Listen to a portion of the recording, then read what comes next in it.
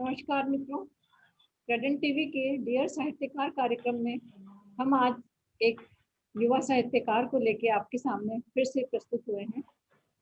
आज के हमारे युवा साहित्यकार इस मायने में बहुत विशिष्ट हैं कि वो हम जिस तरह से कहा जाता है कि साहित्य समाज का दर्पण होता है या साहित्यकार समाज का दर्पण दिखाता है, तो हमारी जो आज की साहित्यकार हैं, पहले मैं उनका आपसे परिचय करा दूं। आप प्रगति गुप्ता जी हैं। आपने समाजशास्त्र में गोल्ड मेडल प्राप्त किया है और आपकी कई किताबें आ चुकी हैं। मैं इनको एक कवित्री की नज़र से मैंने पहले इनसे मेरी मुलाकात हुई थी और मैं आपको केवल कवित्री ही समझती थी, लेकिन जब आपको धीरे धीरे आपसे परिचय बढ़ा और देखा तो आप एक अलग विशिष्ट तरह का आप साहित्यिक योगदान दे रही हैं, क्योंकि आप मनोवैज्ञानिक रूप से लोगों की समस्याओं को सुलझाती हैं। मनोवैज्ञानिक आपने अपना सेटअप किया हुआ है, जिस तरह से आपके पास समस्याएं लेके लोग आते हैं और आप उनके आधार पर आपने कई निबंध और कई संस्मरणात्मक लेख लिखे हैं। हस्ताक्षर ई पत्रिका में 2 साल से आपका स्तंभ चल रहा है। तो प्रगति जी, आपने काफी कुछ किया है। संस्मरण, लघु कथाएं, कहानियां, कविताएं, हर तरह की चीज में आप सिद्धहस्त हैं। और आपका खास बात मुझे एक ये भी लगी कि कविता कोश में भी आपकी कविताएं आई हैं और आपकी कविताओं का तेलुगु में भी अनुवाद हो रहा है और मनोरमा ईयरबुक में भी 3 साल से आपकी किताबों पर चर्चा हो रही है। बहुत बड़ी बात है, गर्व की बात है। आपको हार्दिक बधाई। अनेक पुरस्कार और सम्मानों से सम्मानित प्रगति जी ने लगभग 2000 कविताएं लिखी हैं। 2000 कविताएं बहुत बड़ी बात होती है। 60 कहानियां लिखी हैं, 50 से अधिक लेख और संस्मरण लिखे हैं और 900 से 1100 तक हाइकू आप लिख चुकी हैं और अभी लगातार आप लिखती रही हैं। आपके संकलन कविता संग्रह 2017 में तुम कहते तो नाम से आया था, जो कि पुरस्कृत हो चुका है। उसके बाद 2018 में शब्दों से परे कविता संग्रह आया, वो भी पुरस्कृत हो चुका है। उसके बाद आपका आया सहेजे हुए एहसास, वो भी 2018 में आया। 2019 में आपने एक संकलन संपादित किया, अनुभूतियां प्रेम की। और इसके अतिरिक्त आपका ई काव्य संग्रह अमेजन पे मिलना मुझसे 2019 में आया और प्रेरक संस्मरणात्मक लेख संग्रह आपके सुलझे अनसुलझे, जो आपकी अपनी खुद की भोगा हुआ यथार्थ है। मतलब आपके पास ऐसे मरीज पेशेंट्स आते हैं जिनके आधार पर आपने इस तरह के संस्मरण लिखे हैं। और उसके बाद आपका 2020 में ई काव्य संग्रह आया, माँ तुम्हारे लिए। बहुत खूबसूरत नाम है ये भी, नाम से ही पता लग रहा है कि माँ को ही समर्पित होगा। और 2020 में आपका मातृभारती पर पूर्ण विराम से पहले उपन्यास आया, तो बहुत बड़ी बात है। पहले कविता संग्रह है, उसके बाद मतलब साथ साथ ही आपके फिर उपन्यास, कहानियां, कविताएं, लघु कथाएं, लेख, निबंध। इसके अतिरिक्त आप समीक्षा, दैनिक ट्रिब्यून में भी आप समीक्षा का स्तंभ निकलता है, आप उसमें समीक्षा करती हैं। तो प्रगति जी, आप बहुत एक साथ इतने कार्य करती हैं, किस तरह से संभालती होंगी आप ये सब? तो मैं सबसे पहले आपसे ये जानना चाहती हूँ कि आपने पहली जो रचना लिखी वो किस विधा पर लिखी और कविता लिखने का विचार आपको कैसे आया? आप सभी श्रोताओं को मेरा नमस्कार। नीलिमा जी, आपको मेरा नमस्कार। सबसे पहली रचना अगर मैं सोचूं तो शायद 8th क्लास में मैंने पहली कविता लिखी थी। और चूंकि स्कूल में थी, कैबिनेट में थी, तो बहुत एक्टिविटीज चलती थी, डिबेट कॉम्पिटिशन्स, निबंध जो कॉम्पिटिशन्स हुआ करते थे, इंटर स्कूल, उन सब में पार्टिसिपेट किया करती थी। तो एक कैबिनेट की सदस्य होने के कारण मैं हेड गर्ल और सेक्रेटरी वगैरह सभी रही, तो एक ये जिम्मेदारी बन जाती थी कि कई बार कि आप लोगों को तो पार्टिसिपेट करना ही है। पर वो सब में भी बहुत पुरस्कार तब उस समय जीते। और पर अगर मैं याद करूं आज, तो मुझे ऐसा ख्याल आता है कि शायद मैंने कविता ही सबसे पहले लिखी थी और उस कविता का शीर्षक एहसास था। जो कविता मतलब मुझे आज भी अच्छी लगती है, क्योंकि उसमें लगता है कि कहीं हम पुराना बचपन जी रहे हैं। बिल्कुल। तो प्रगति जी, मैं और आपसे पहले कविता संग्रह आपका तुम कहते तो प्रकाशित हुआ, जी। उसके बारे में मैं जानना चाहूंगी कि ये आपने किस तरह से आपके मन में ये विचार आया और आपने संग्रह में इसमें क्या आपने विषय लिए हैं संग्रह। एक्चुअली नीलिमा जी, आपने मेरे से इससे पहले एक और चीज पूछी थी कि मैं किस सोच को, मतलब मेरे अंदर क्या विचार आता है लिखने का, तभी मैंने काव्य विधा में लिखा या कुछ इस तरह का सोच बनाई। तो अगर मैं कविताओं के बारे में सोचती हूँ, तो मुझे लगता है मैंने कभी बहुत ज्यादा सोचकर कविताएं नहीं लिखी। बेसिकली जो मैं आसपास महसूस करती गई, वो स्वतः ही मतलब कविता के रूप में उतरता गया। जहां तक मेरे पहले काव्य संग्रह का सवाल है, 2016 की बात है। मेरी माँ का अचानक से ही देहांत हुआ, और वो टाइम पीरियड मेरे लिए थोड़ा सा परेशान करने वाला था, जिसमें मैं अपने कार्य क्षेत्र में अपने मरीजों के साथ फोकस नहीं कर पा रही थी।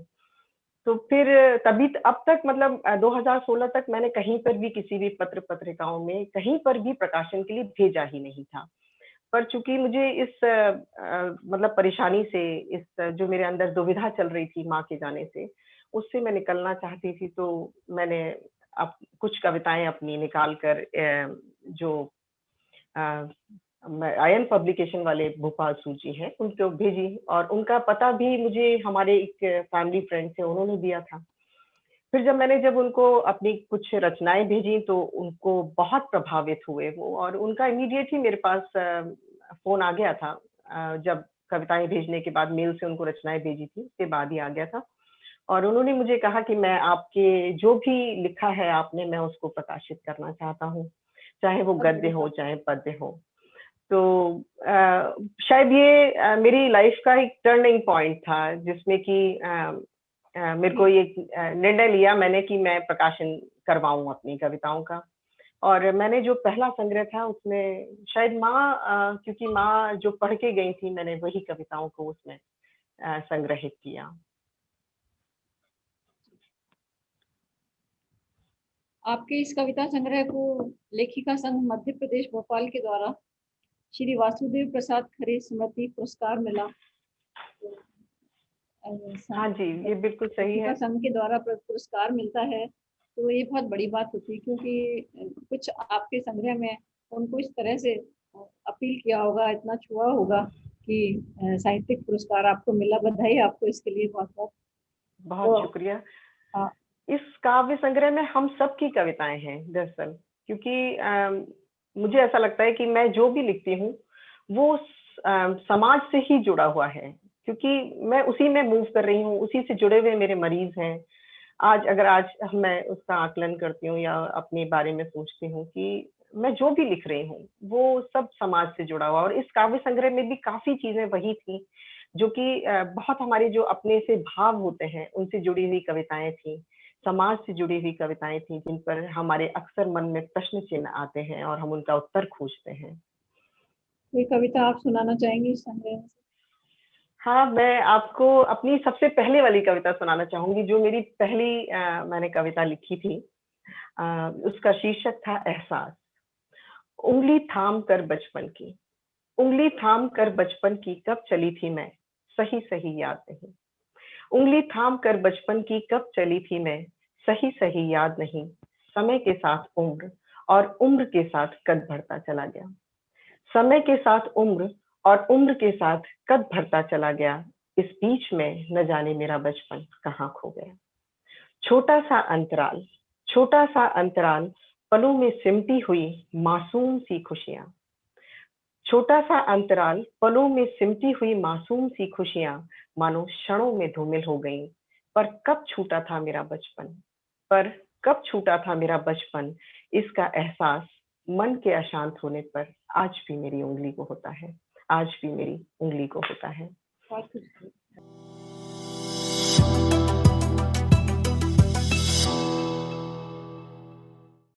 इसके बाद आपने 2018 में शब्दों से परे लिखा कविता संग्रह। उस पर भी आपको हिंदी विश्व हिंदी साहित्य परिषद ने साहित्य सारंग से सम्मानित किया था। बहुत बधाई आपको। और फिर बहुत बहुत शुक्रिया। 1 साल में ही आपने दूसरा संग्रह, मतलब 17 में ये निकला, 18 में दूसरा संग्रह आया। तो आपने खूब कविताओं पर खूब काम किया होगा, तभी आपका ये दूसरा संग्रह भी आया है। जी इस संग्रह के बारे में कुछ बताएँ?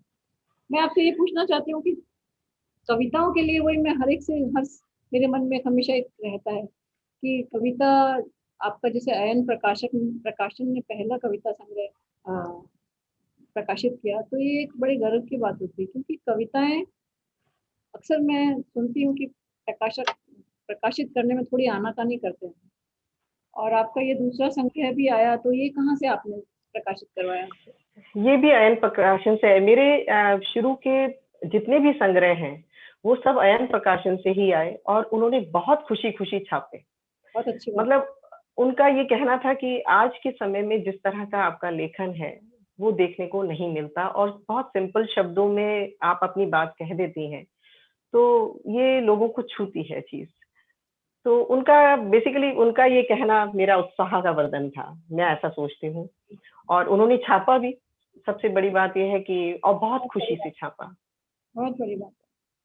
उसके बाद आपका आया सहेजे हुए एहसास का संग्रह। हाँ, हाँ, मेरा तीसरा संग्रह जो आया वो सहेजे हुए एहसास था। हुँ, हुँ। और इस संग्रह को भी बहुत एप्रिशिएट किया गया और अभी रिसेंटली जो राजस्थान साहित्य अकादमी की पत्रिका है मधुमति, मधुमति में उसमें उस समीक्षा आई। हाँ, उसकी काफ़ी विस्तृत समीक्षा आई है।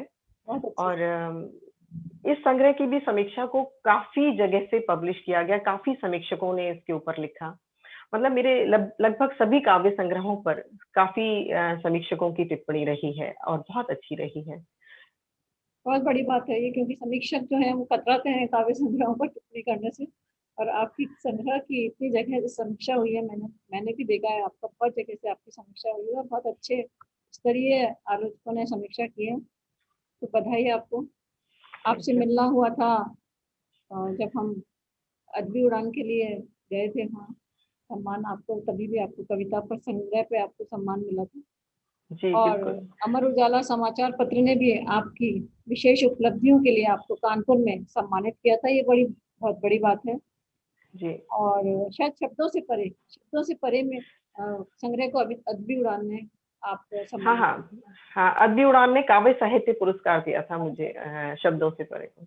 और शब्द सेतु संस्था के द्वारा आयोजित साहित्य सृजन सेवा पदक से भी आपको 2019 में सम्मानित किया गया। ये शायद निबंध और उन पर हाँ, ये एक लेख था, लिखना था जिस पे और उसमें मेरे को प्रथम पुरस्कार मिला था। तो आपने तो बहुत ही हर साहित्य की कोई विधा नहीं छोड़ी और सब में आपका एक कहना चाहिए कि कलात्मकता है। आप बहुत अच्छी तरीके से उसको लिखती हैं।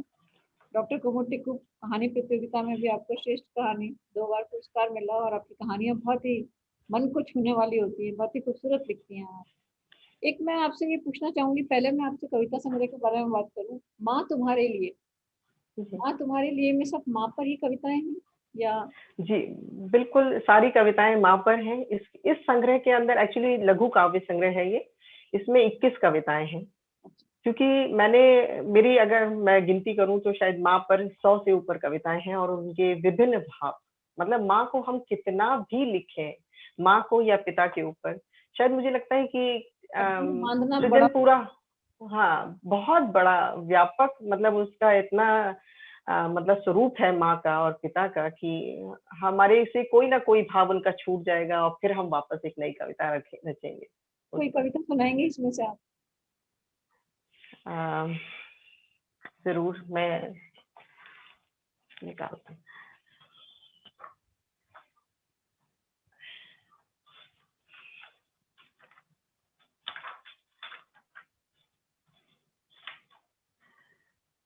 मैं इसकी एक रचना सुनाती हूँ जिसका शीर्षक है बहुत खलामा। यूं तो हम सभी हैं कतारों में, यूं तो हम सभी हैं कतारों में, पर तेरा चुपचाप चला जाना बहुत खलामा। यूं तो हम सभी हैं कतारों में, पर तेरा चुपचाप चला जाना बहुत खलामा। जब रिश्तों की डोर के सिरों को, जब रिश्तों की डोर के सिरों को माँ बाबा थामे हों, तब कैसे न कपकपाए वो डोर एक के चले जाने पर।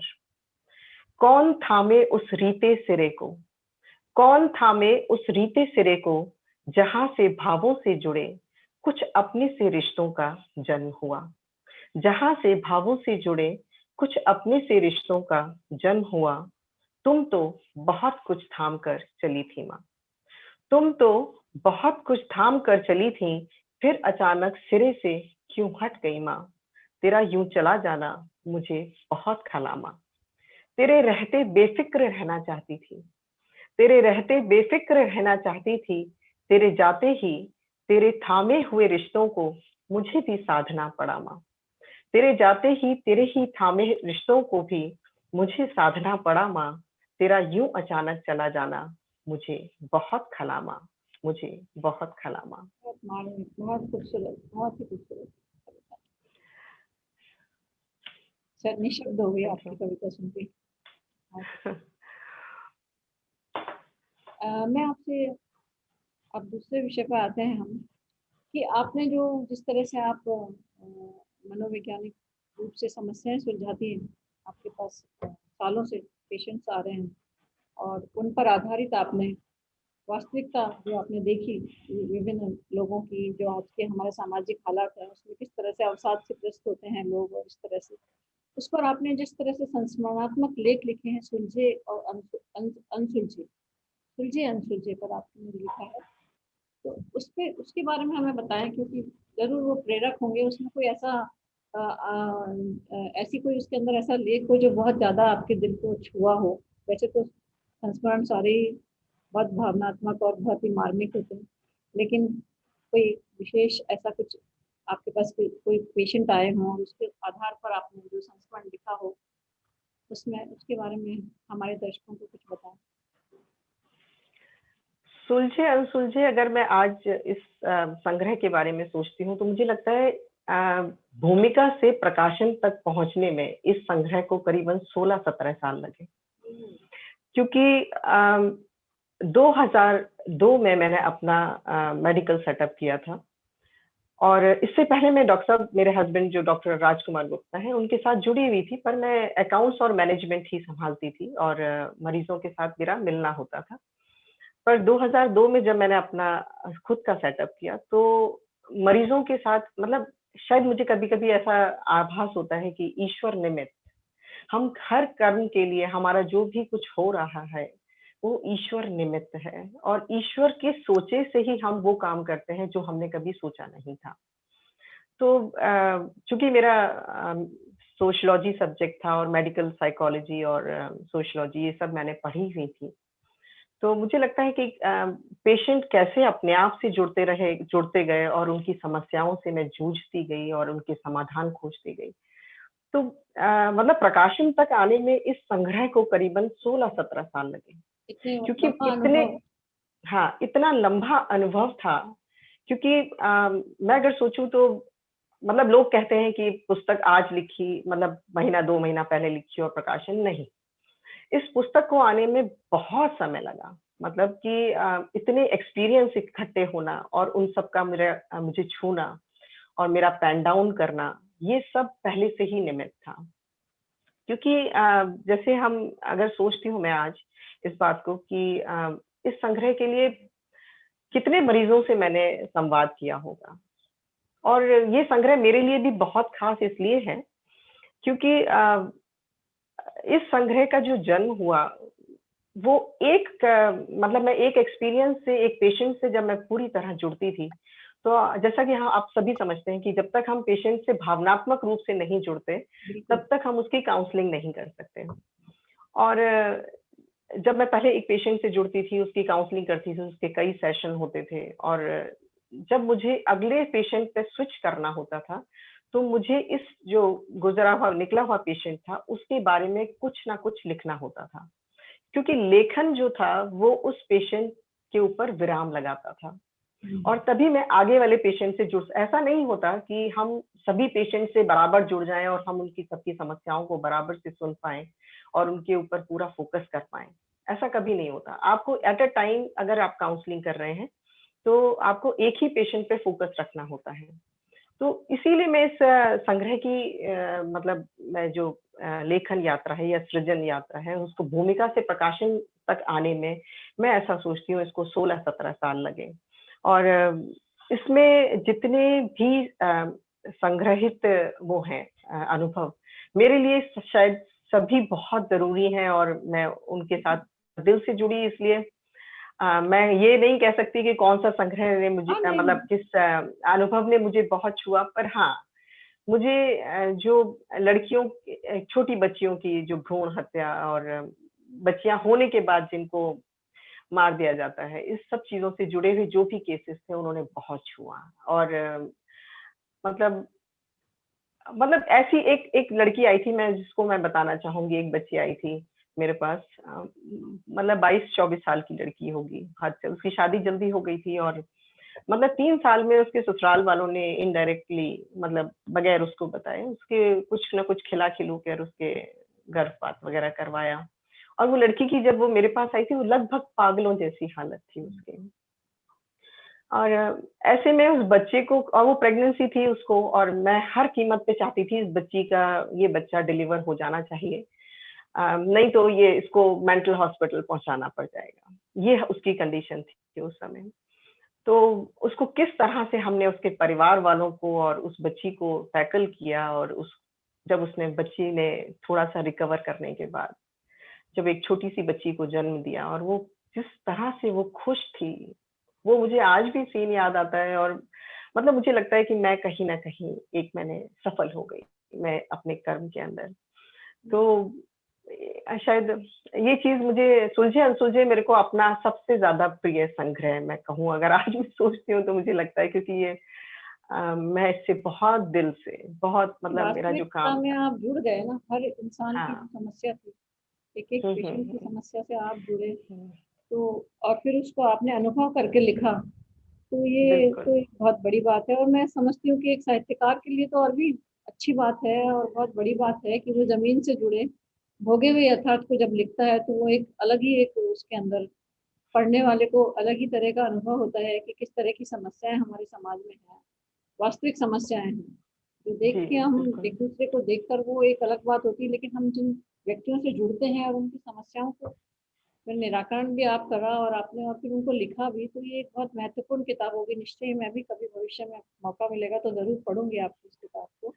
क्योंकि लिखना मेरी इस जो भी अनुभव थे उनको लिखना मेरी मजबूरी भी कह सकते हैं, या कह सकते हैं ज़रूरत भी थी। हाँ, अगर क्योंकि मैं मानसिक लिखती दबाव नहीं तो मैं अगले पेशेंट पे कैसे पहुँचती? बिल्कुल, तो लेखन मेरा माध्यम बना। उसने मतलब इतना जो मुझे महसूस किया हुआ था, उसको नोट डाउन करने के बाद ही मुझे सुकून मिलता था बेसिकली। बिल्कुल, बिल्कुल। बहुत और मानसिक शायद तनाव यही से वजह थी कि अलग-अलग लाइब्रेरीज़ में और कई पत्रिकाओं ने इसको प्रकाशित करने के लिए मेरे इन अनुभवों को अपने आप से मँगवाया। ये मेरे लिए एक बहुत बड़ी बात थी। हस्ताक्षर में आपने 2 साल तक 2 साल से इसी पर स्तंभ लिख रही हैं, इसी तरह की जी, जी। इन्हीं जी। लेखों पर आप लगातार लिख रही हैं, बहुत बड़ी बात है। और सबसे बड़ी बात तो ये है कि आप जो मनोवैज्ञानिक तरीके से जिस तरह से आप ये समस्या सुलझाती हैं और इसमें आपने एक अनूठा प्रयोग किया है, मैं दर्शकों को बताना चाहूँगी कि आप कविता के माध्यम से स्कूली बच्चों पर जो है किस तरह से मानसिक दबाव को दूर किया जा सकता है और किस तरह से उनको एक अनूठा प्रयोग आपने किया है। तो ये एक बताएँगे आप स्कूली बच्चों के अनुभव कैसे रहे आपके? एक्चुअली ये मेरा एक इंटरैक्शन था। 2 बार ऐसा इंटरैक्शन मैंने रखा है और मैं उसमें सफल भी हुई। मैंने स्कूली बच्चों को और जो कॉलेज के बच्चे थे कुछ, उनको लेकर के इंटरैक्शन रखा, उनसे सोसाइटी की प्रॉब्लम्स डिस्कस की और उनको मतलब उनसे कविता के बातचीत माध्यम में, से मतलब रखना हाँ, कविता के माध्यम से मैंने कविता के माध्यम से ही प्रॉब्लम रखी और उसके क्या समाधान हो सकता है, उसको भी कविता के रूप में प्रस्तुत करने को कहा और खुद भी उनको प्रस्तुत करके दिखाया। तो उनको बेसिकली एक तरह से इंस्पायर करने का मेरा मकसद था, और इस डेप्थ में वो सोचें कि भई कोई भी समस्या अगर है सोसाइटी में, उसका सॉल्यूशन क्या हो सकता है? और हम किस तरह से उसको, हालाँकि कोई भी चीज़ का सॉल्यूशन 100% नहीं होता, मैं ये भी मानती हूँ। पर काफ़ी चीज़ें, काफ़ी प्रॉब्लम्स, काफ़ी कहते हैं ना कि समस्याओं के मूल में उनके समाधान होते हैं। तो जब तक हम मनन ही नहीं करेंगे समस्याओं पर, तब तक हम उनके समाधान पर कैसे पहुँचेंगे? तो मेरा पर्पस भी यही था इंटरेक्शन का कि भई समस्याएँ जब तक हम डिस्कस नहीं करते हैं और जब तक हम उनकी खोज नहीं करते हैं उन समस्याओं के अंदर कि कहाँ पर क्या चीज़ें थी, मतलब क्या प्रॉब्लम थी जिसकी वजह से ये समस्या बनी, और फिर जब बनी तो क्यों बनी, और फिर इसका क्या समाधान हो सकता है। तो ये एक मेरा एक अच्छा एक्सपीरियंस रहा। और ये कविताओं के माध्यम से आपने किया, तो मैं समझती हूँ कि ये तो बहुत एक लेखन के क्षेत्र में एक अनूठा अनुभव है, अनूठा जी, प्रयोग बिल्कुल। है कि कविताओं के माध्यम से स्कूल के बच्चों को भी वो जल्दी ग्रास्प करते हैं, जल्दी उनको आत्मसात करते हैं, और वो मेरे ख्याल से उससे जल्दी कनेक्टिविटी भी बढ़ होती है उनकी। हाँ, बिल्कुल, बिल्कुल। तो ये यही वजह थी कि बाद में कुछ छात्रों ने मेरे से फिर संपर्क भी किया, "आप मैम हमारा देखिए, हम ये सोचते हैं, इस पे आप क्या कहती हैं?" और इस पे हमने ऐसे सोचा, इस तरीके से लिखा। तो मुझे लगा कि कुछ फ़ायदा हुआ। बहुत बहुत बेसिकली फायदा है, ये तो बहुत बड़ी हाँ, बात हाँ। है कि अगर छात्र छात्राएं इस तरह की बात कर रहे हो कि आप आइए और हमारा लीजिए, हमारे अनुभव लीजिए, तो ये तो एक, मैं सोचती हूँ एक क्रांतिकारी प्रयोग है, ये कवियों को करना चाहिए। और आप जो जमीन से जिस तरह से जुड़ी हुई हैं, तो आप तो उस समस्याओं से ज्यादा रूबरू हुई हैं, तो आप बहुत अच्छे तरीके से अपने जी। माध्यम आपने अपनाया है, कविता का और लेखों का, सबका।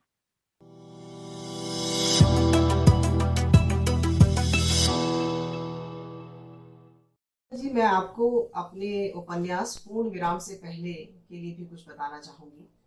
इस उपन्यास की कहानी 60 वर्ष से ऊपर की उम्र वाले 3 पात्रों के इर्द गिर्द घूमती है, और कैसे स्थिति परिस्थितियां व्यक्ति को वो निर्णय लेने के लिए मजबूर कर देती हैं जिनके लिए वो कभी सोचता नहीं है। इस उपन्यास का भी बहुत अच्छा रिस्पॉन्स रहा। मातृभारती पर इसका प्रकाशन जुलाई एंड में हुआ था, और अब तक इसके 32,000 डाउनलोड्स हो चुके हैं, और मतलब करीबन 62,000 इसके व्यू भी हो चुके हैं। तो ये मेरे लिए एक खुशी की बात है।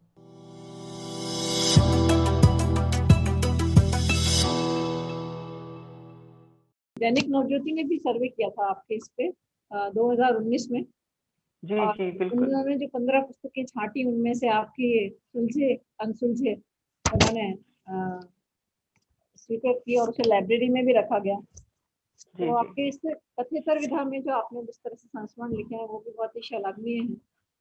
मैं जी, आपसे ये कहना थैंक चाहूंगी यू। कि आप इतना सब कुछ कैसे करती हैं? जो आपने कविताएं लिखी हैं फिर, और आपने जिस तरह से आपके हमारी पेशेंट से भी आप जिस तरह से उनसे उनकी समस्याएं सुनती हैं, फिर उन पर लेख भी लिखती हैं, घर भी संभालती, समीक्षाएं भी लिखती हैं, दैनिक ट्रिब्यून में आप पुस्तकों की समीक्षाएं भी लिखती हैं। और जी, जी, पुस्तकों की बिल्कुल। समीक्षा लिखना आसान काम नहीं होता, मैं समझती हूँ इस बात को। नहीं, पूरी पुस्तक, बिल्कुल। एक किताब को बिल्कुल बारीकी से पढ़ना होता है और फिर उसकी समीक्षा करनी होती है। तो इस जी, क्षेत्र में आपके बिल्कुल। कैसे अनुभव रहे पुस्तक समीक्षा में? मैं मतलब ऐसा आपने सोच पुस्तक हाँ, समीक्षा का मतलब ये भार भी आपने कैसे उठाया? आपने इतना सब कुछ आप कर रही हैं। एक्चुअली पता नहीं, ये भी ईश्वर निमित्त ही मैं मानती हूँ। मेरे पास ऑल ऑफ एक मेरी कुछ किताबें दैनिक ट्रिब्यून में गई थी समीक्षा के लिए, और उनसे कुछ कन्वर्सेशन हुआ कि मैं क्या करती हूँ, क्या नहीं। फिर उसके बाद उन्होंने मेरी एक आध समीक्षा देखी, किस तरह से लिखती हूँ, क्या करती हूँ। और वहाँ पे दैनिक ट्रिब्यून में एक्चुअली एक ये है कि आपको 250 वर्ड में ही, चाहे कितने भी पेज की किताब हो, हाँ, उसका हमको ये निचोड़ बड़ा वो रहता है कि बहुत शॉर्ट में वहाँ करना रहता है। है। तो जब तक हम उस पुस्तक को अच्छे से नहीं पढ़ेंगे, तब तक हम उसकी समीक्षा नहीं लिख पाएँगे। बिल्कुल। और उन लोगों का बहुत अच्छा रिस्पॉन्स रहा, तभी वो आज तक, मतलब मुझे 2 साल हो गए और नियमित रूप से वो लोग भेज रहे हैं। इसका मतलब वो उस समीक्षाओं से खुशी होंगे, मुझे ऐसा लगता है। बिल्कुल। तो ये आपका जो है, दर्शकों को आज बहुत ही अच्छा लगा होगा कि आप इतना सारा टीवी और आकाशवाणी में भी आपकी रचनाएं निरंतर प्रकाशित होती रहती हैं, ई प्लेटफॉर्म्स पर भी आपकी रचनाएं प्रकाशित होती रहती हैं, और इतना सब कुछ आप काम कर रही हैं, जमीन से जुड़े हुए वर्क भी कर रही हैं। तो आप हमारे युवा साथियों को क्या संदेश देंगी? किस तरह से आप समायोजन संतुलन किस तरह से करती हैं आप? कैडेन टीवी के माध्यम से हाँ। हम चाहेंगे कि आप अपना कुछ हमारे मैं दर्शकों ऐसा सोचती हूँ कि मैं जिंदगी में कभी भी 6 घंटे से ज्यादा नहीं सोई। नहीं और सोते थे। हाँ, और बाकी सब टाइम मैनेजमेंट, ईश्वर निमित्त अगर कुछ हमारे लिखा हुआ है होना, तो वो हो जाता है।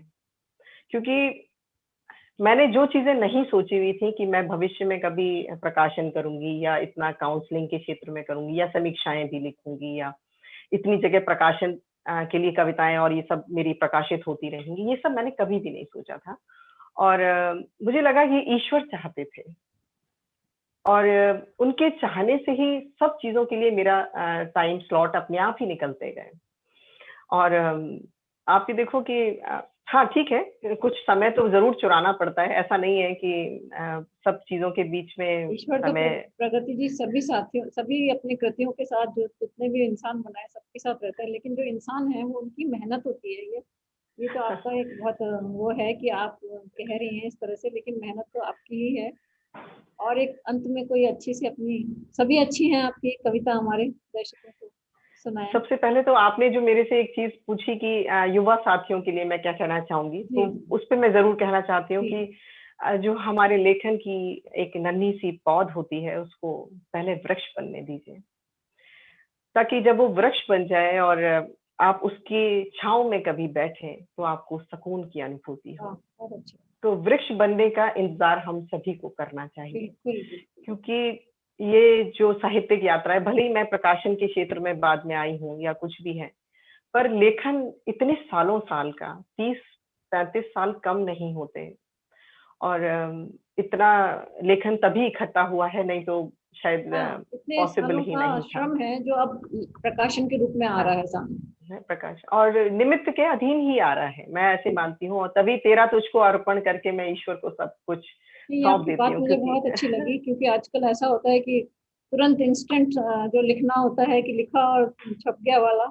और हम्म। लेकिन आपने इतने सालों की लेखन जो आपका इकट्ठा हुआ, उसके बाद आपने उसको प्रकाशित करवाने का करा, तो ये जो आपने युवा संदेश दिया साथियों को, बहुत लाभदायक रहेगा मेरे ख्याल से सब लोगों के लिए।